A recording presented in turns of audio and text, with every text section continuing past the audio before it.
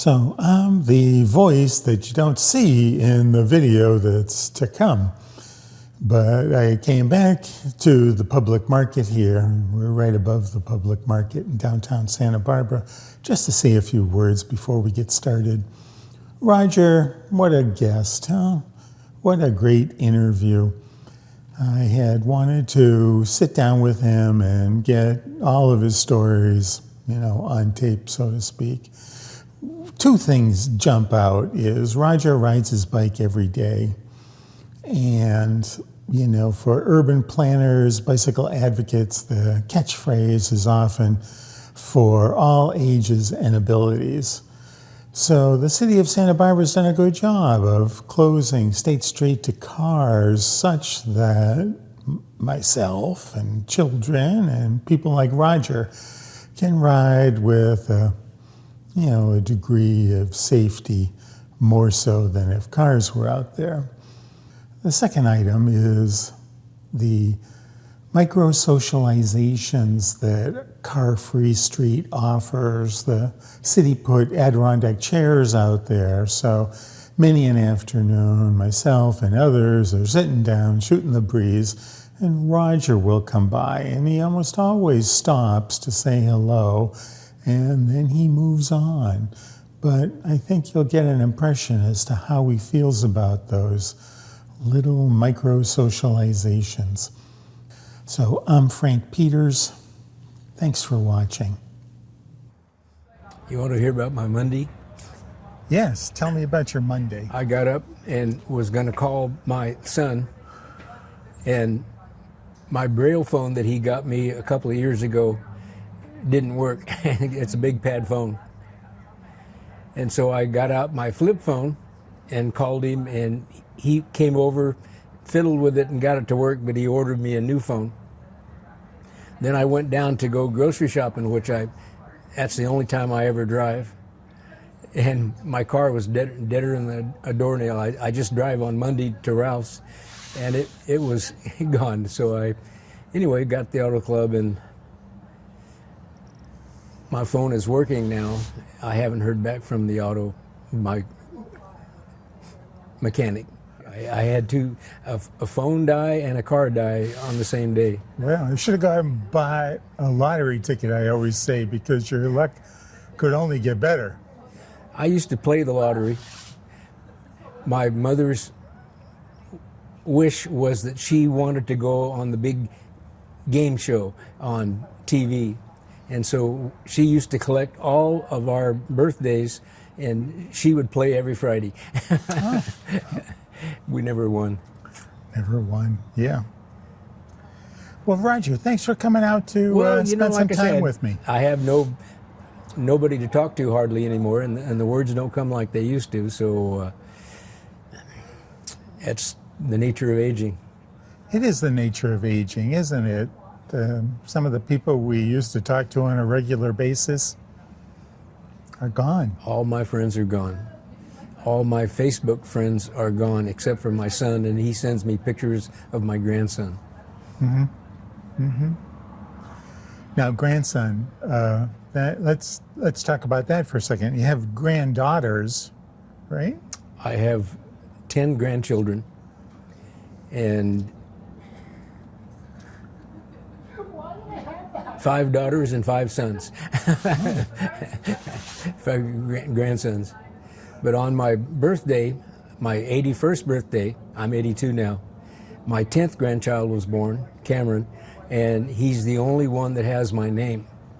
And he lives in Cleveland, and so they send me Facebook pictures. So I kept my computer, even though I have a hard time reading it.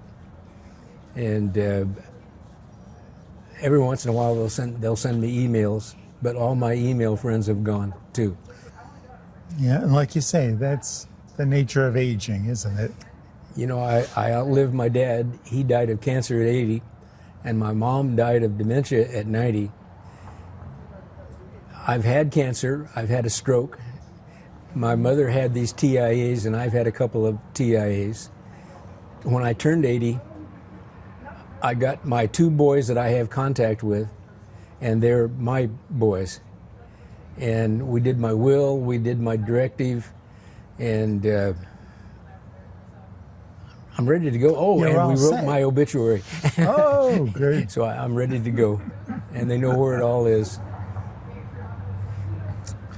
Well, you've got a good, like, you might say, gallows sense of humor, Rodger. You're often chuckling about Well, the nature of this I stage of life. I take Woody Allen seriously, and he says, I'm not afraid of death. I just don't want to be there when it happens. There you go. There you go. Let's switch gears and talk about the point in time when you and I met. You were probably out there on State Street riding your bike all the time, but I didn't really notice you until the city closed the street to cars. And then I did see you. Let's talk about your daily routine for a second, Rodger. You're out on your bike every day, a couple of times, right? 3 times. Yeah. I try to check my computer, and I get up and I do some calisthenics. And then I check my computer, and there's never anything on it. And then I ride at about 10 o'clock and go home, and I can't read anymore.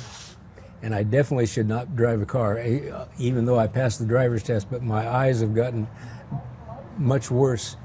I have this macular degeneration, and I've been getting shots in my eyes about every month for the last 5 years. And now I can't even read the newspaper, even with my dad's 4-inch magnifying glass. But then I used to swim at Los Baños at lunch, but I have a number of problems. I went to 7 doctors last year to try to find out what's going on, because I didn't want to get surprised like my dad. He lasted 6 months when they found out he had cancer. But I try to keep moving. I go down to East Beach and I jog on the grass a couple of miles on the bike. I bike down and then jog and then bike home. And then around 3 o'clock, I try to take another bike ride. And then I pretty much go home, turn on the TV, and hopefully make it to the morning. Yeah. So I guess it was a point in time when our paths crossed. I was out there with my camera taking pictures of the people who were out there on bikes because, I often say bicycles came out of the woodwork when the city closed the street to cars. But you had been riding prior to that? When I was 30, I had pneumonia, and the doctor said, you need to start smoking. Now, I've always jogged, and my other friend, Randy, who's gone, he's 10 years older. He and I worked for him back in Vail, Colorado, as a ski instructor. Oh. And as a backpack guide, with him. Oh. And he stopped smoking, and we started running marathons. Well, he's been dead about 15 years, and I got bursitis in my hips, and so I can't run on the pavement anymore. But I found during the pandemic, I stopped swimming, and I can run on the grass. So I just try to keep moving. You're quite a testament to getting your daily exercise, Rodger. Huh? I see you're out there making it happen. I've outlived all my friends. Yeah. Now, I noticed you with a camera often, but then I met you when you did your video on the Christian Science building. So that was when I first met you. That was my projection show, I call it. I did right out here at Victoria and State Street. I had about 10 people tell me that they saw me in the video. In the slideshow. Yeah, great. That was a fun project. I did just a short run with that. But that was fun. I remember you asked me once, where am I in your projection show? And I told you, do you remember? I was in the beginning. You were the first slide that I put up there. So I've had this admiration for you, Rodger. I led off the slideshow with a shot of you. We were walking down, my two boys and I, to go to dinner when we saw the show. Oh, And I had seen people that have told me that I was in the show, and we didn't see me that night when we were walking down. well, I'll do it again sometime soon. I hope, like I tell my son, my grandson Cameron is walking now. He's a year old, and he went to his first trick or treat. They live in Cleveland, but they send me pictures. So I hope I live long enough to get to know him. Oh, good. Great, Rodger. When I called them, I called his wife as well. And I talked to Cameron, and I tell him, this is Papa. And he can say Papa now. Oh, great. I know. Great. Let's switch gears again, Rodger. I have, the Adirondack chairs out there on State Street. Yes. People will gather, and sometimes you will come along and stop too, and introductions get made. And in a couple of times I've heard you ask the question, somebody you don't know, where did you go to high school? That's one of your opening questions, isn't it? Why is that? I taught here high school for 30 years ago. And there's about 10,000 between ages 45 and 75. And you'd be amazed how many times that I get somebody who remembers me, okay, or I remember. I also there were only 2 high schools when I started teaching in '64, and us in Santa Barbara High. But my oldest son went to Ventura High. My stepdaughter went to Santa Barbara High. My 50-year-old son went to Santa Barbara High. My daughter went to Dos Pueblos High, and then my youngest son, who's 40, went to San Marcos High. So if I don't know them, they usually know one of my kids. Oh, there you go. Yeah. So Cover that's the waterfront, so to speak, huh? the boy Art that works for the city going up and down with the cart. Mm-hmm. I taught his stepdad, who was a firefighter, how to ski back in Vail. Oh, boy. Yeah, I know. And May I start with, would you state your name? Sure, my name is Art Visueta. I'm a Santa Barbara resident my whole life. Arizona plane 252 added 3 Paul Charles. I bumped into Rodger Hembree a couple of days ago. He told me a story about your stepdad. Well, he wasn't my stepdad, but he was a person my mother was dating for a good 10, 15 years, so I guess he kind of was my stepdad. Yeah, I would say that. Yeah, he taught him in high school, and apparently he taught him how to ski. Danny was part of the football team, so I'm pretty sure Rodger knew him pretty well. Yeah. Is Danny still alive today? Unfortunately, Danny passed on in 2022. He was a local fireman, and he died with an honorable man. So you're saying you see Rodger several times a day out here? He's always riding his bike up and down the street, saying hi to people. Always says hi to me. He's a really funny guy. He's quite a character, actually.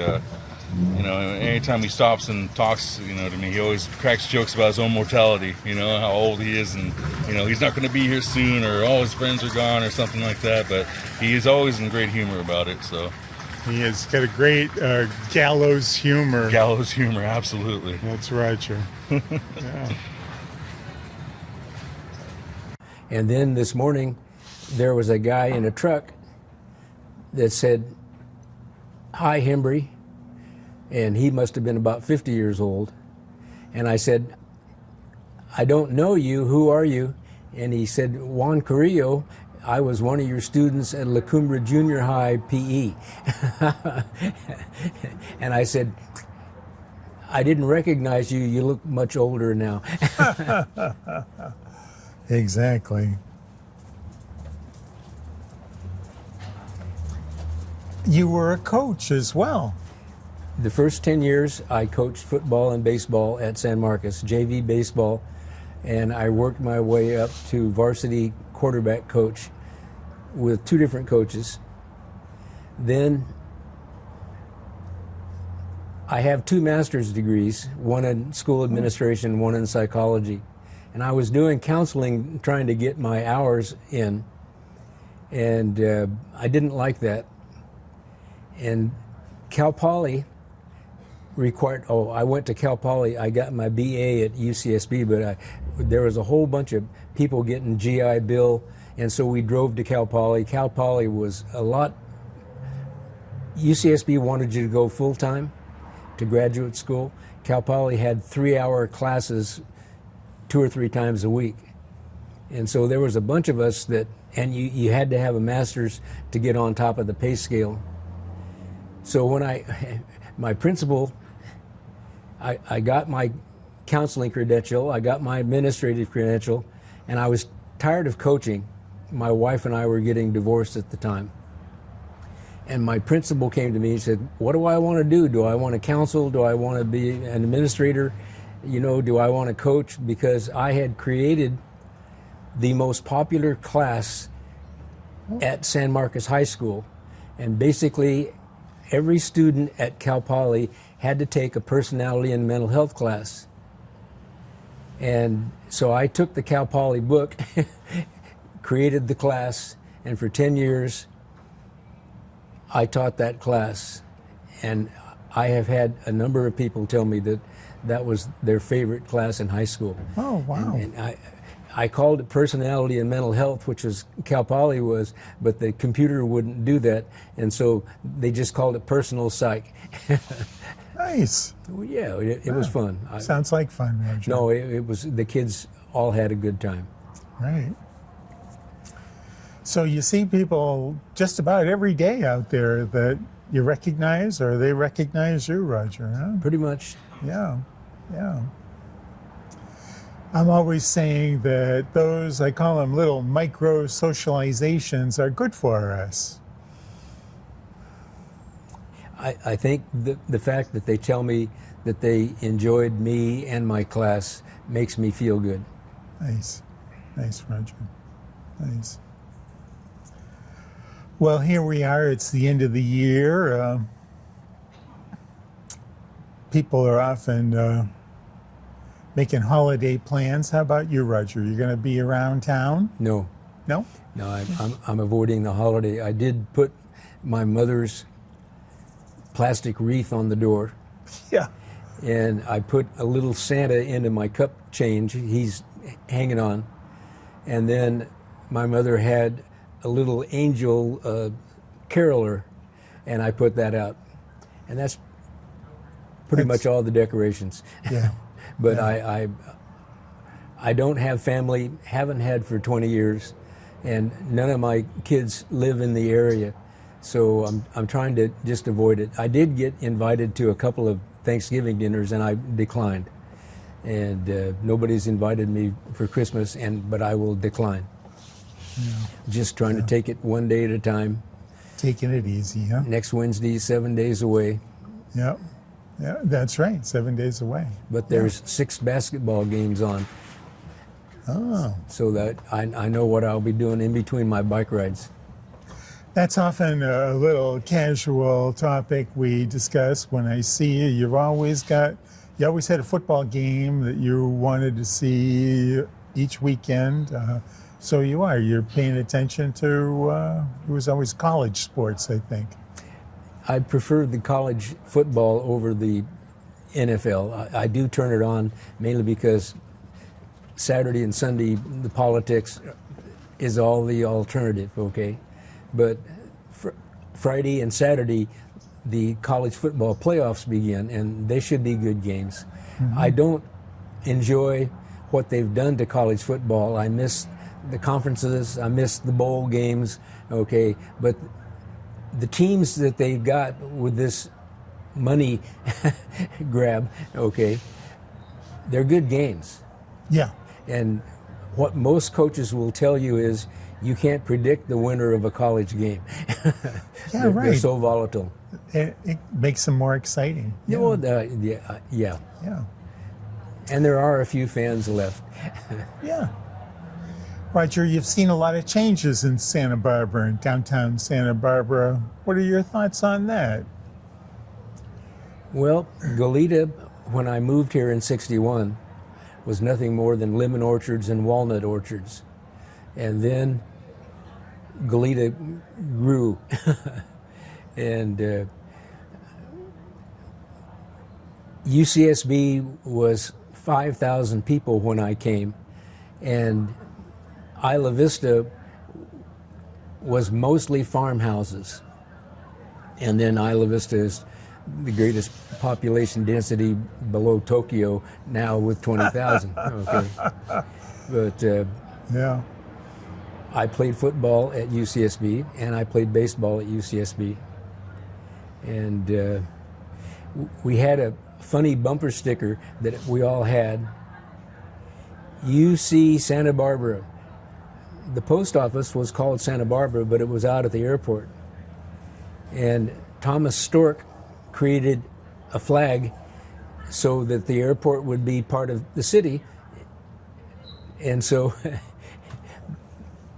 the bumper sticker was UC Santa Barbara, where in the hell is Goleta? I've never heard that one, Rodger. Well, it was fun. But it was, my wife and I got married the day they buried John Kennedy. Oh, jeez. And should have been a lesson there somewhere, but she had a teaching job, and then I finished a semester later and got a teaching job. And so housing, we've owned 5 houses and built one, she and I, and housing was available then.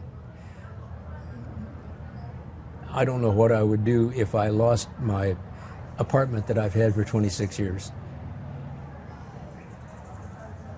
Housing is scarce in this town and inexpensive as a result. When I moved my mother here when she was 80, and she had macular degeneration like I do, and she was beginning dementia, and she had TIAs. And I noticed at the time, this was around 2000, that if you made $40,000 or less, you qualified for Section 8 housing subsidy. And so I applied. I don't make $40,000 on my teaching retirement. I quit early and did other things. But anyway, about 5 years later, when my son was going to college, about 2003, they called and said, "We have a Section 8 voucher for you." And so I went to the management, and they said, "Well, we don't take Section 8, but you're a good tenant. We'll take it if you don't tell anybody." Ooh, you got a hummingbird. Oh. And so I've been getting Section 8 housing for 20 years. The rent when I started was $700 a month. I'm paying $800, and the housing voucher pays $1,300, which is what they rent for the studios where I live, $2,100 a month. So I couldn't afford that. You're fortunate you have. Yeah, I worry about that. Yeah. I have a very good friend, my Vail friend that I work for. His wife is 94 and she's in a home. And every once in a while she emails me how she's doing. But her daughter, which is her only child, put her in this home, and she's isolated now. She has no friends, and I don't know what's next. I worry about that a lot. Mm-hmm. Mm-hmm. Yeah, I think that's something a lot of people can relate to, Rodger. I see an ad on TV about Vista Del Monte, and the ad is Cliff and Jan Purcell, who I taught with and went to school with at UCSB. it makes me sad because they have both been dead for at least 10 years, but they still run the ad. Oh, Cliff was the track coach at at San Marcos when I was there. And he was a famous Santa Barbara High School athlete, too.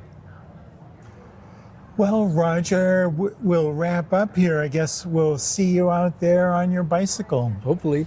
Yeah. How did you meet Richard? Well, Richard's a bicycle enthusiast. We're talking about Richard Lambert here, who we both know. He is, you know, I met him down at BC Centro, I guess, one day. He's down there all the time. He likes to take his bikes apart and fix them up and sell them sometimes. And I can't see to work with my hands anymore. I have no depth perception, and I can't. But I had a very good trick that my son sold me probably 10 years ago, and it got stolen. I just came from the cardiologist, and when I get off the bike, I've had prostate cancer, and so whenever I stand up or I get off the bike, I have to go to the bathroom. And so I used to take the bike upstairs, and so I went to the bathroom, didn't even close my door, went down, and the bike was gone. So that's how I found BC Centro. yeah. You can get a good bicycle there for not a lot of money. You know, I found one that the girl was helping me, sizing me up, and I got a good one for $200, and it's too heavy for me to take in, so I put it in my van. I have a 30-year-old van. Oh. But I just recently took it to open air and had a tune-up, new tires, new brakes, and it rides okay. And like I said, I'm going to miss biking more than I don't miss driving. Okay. Well, Rodger, thanks so much for joining me today. Well, you know, it's like I said, I have very few people to talk to. It's been a pleasure to chat with you. I appreciate, you know, seeing people that I know, and I recognize your hat. I have a hard time with my eyes going from bright to dark, and usually I'll recognize people by their voices. Other people have said they recognize the white hat too, so. Yeah, well, and the Dodger hat during the World Series. Yeah, I had to support the home team. I know. Yeah. All right, Rodger, thanks again for coming out and sitting down with me today. You know, Thank like you. I said, I have very few people to talk to, and I've lived in my apartment for 26 years, and I haven't worked for 30.